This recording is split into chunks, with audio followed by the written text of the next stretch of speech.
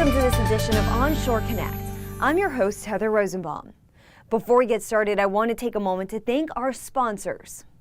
In this edition, Texas is oil country, and the Midland Basin continues to be its capital, a bright spot of activity in an otherwise tough price environment.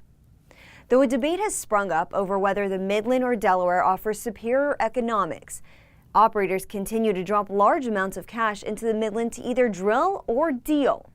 In mid-June, Pioneer Natural Resources laid down $435 million for northern Midland acreage. It was part of two Midland deals Devon Energy engineered, worth nearly $860 million. Pioneer also announced plans to accelerate its development of the basin, adding multiple rigs by year-end.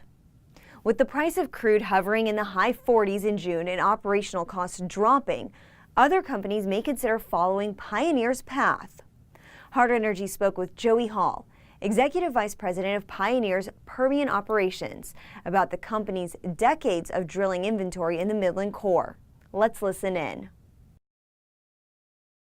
It depends on where you are. You know, not all areas are made the same. There's areas where Wolfcamp A and B are prolific, and Lower Spraberry Shale maybe is not as good as the B, and other areas where Lower Spraberry Shale is great, and vice versa. So it just depends on where you are. From a drilling perspective, historically, Lower Spraberry Shale wells were a little bit more difficult to drill, even though they're shallower because of just the nature of the rock. But we've discovered here recently that we can get really good performance in drilling Lower Spraberry Shale and Wolfcamp A. So it just depends on where you are in the play. And across 800,000 acres, you know, that answer varies.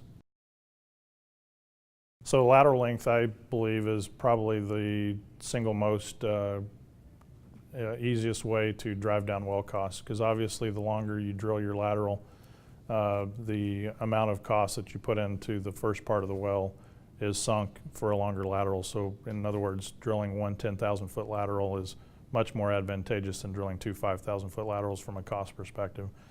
And what we've learned is that there's no degradation in production or performance as a result of a longer lateral. And so you'll see Pioneer currently drilling lateral lengths multiple times over 12,000 feet and even up to 13,000 feet. Technology is incredibly important.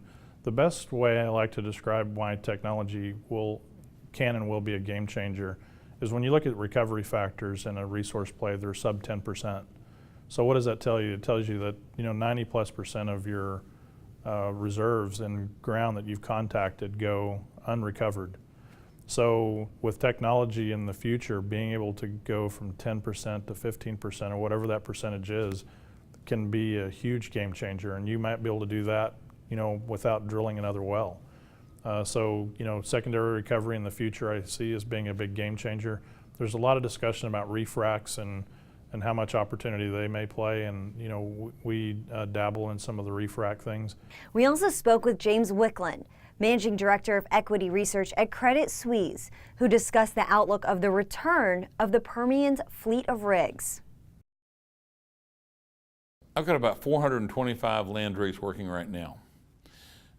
18 months ago, I had 700 rigs that were drilling horizontal wells that are idle today. Now, they're not all 1,500 horsepower AC rigs, but they were capable rigs, upgraded SCRs and the like, who were drilling horizontal wells. And all of those rigs, most all of those rigs are still available and would like to go back to work. There's no question the most capable rigs will go to work first drilling the horizontal sections.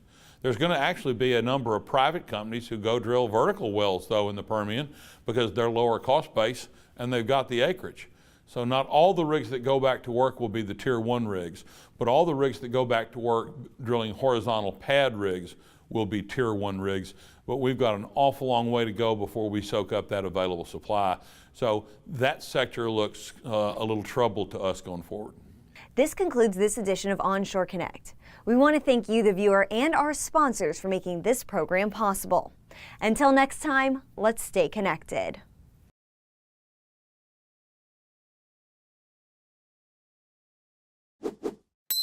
To stay up to date on the most recent HARTENERGY videos, subscribe to our YouTube channel by clicking here.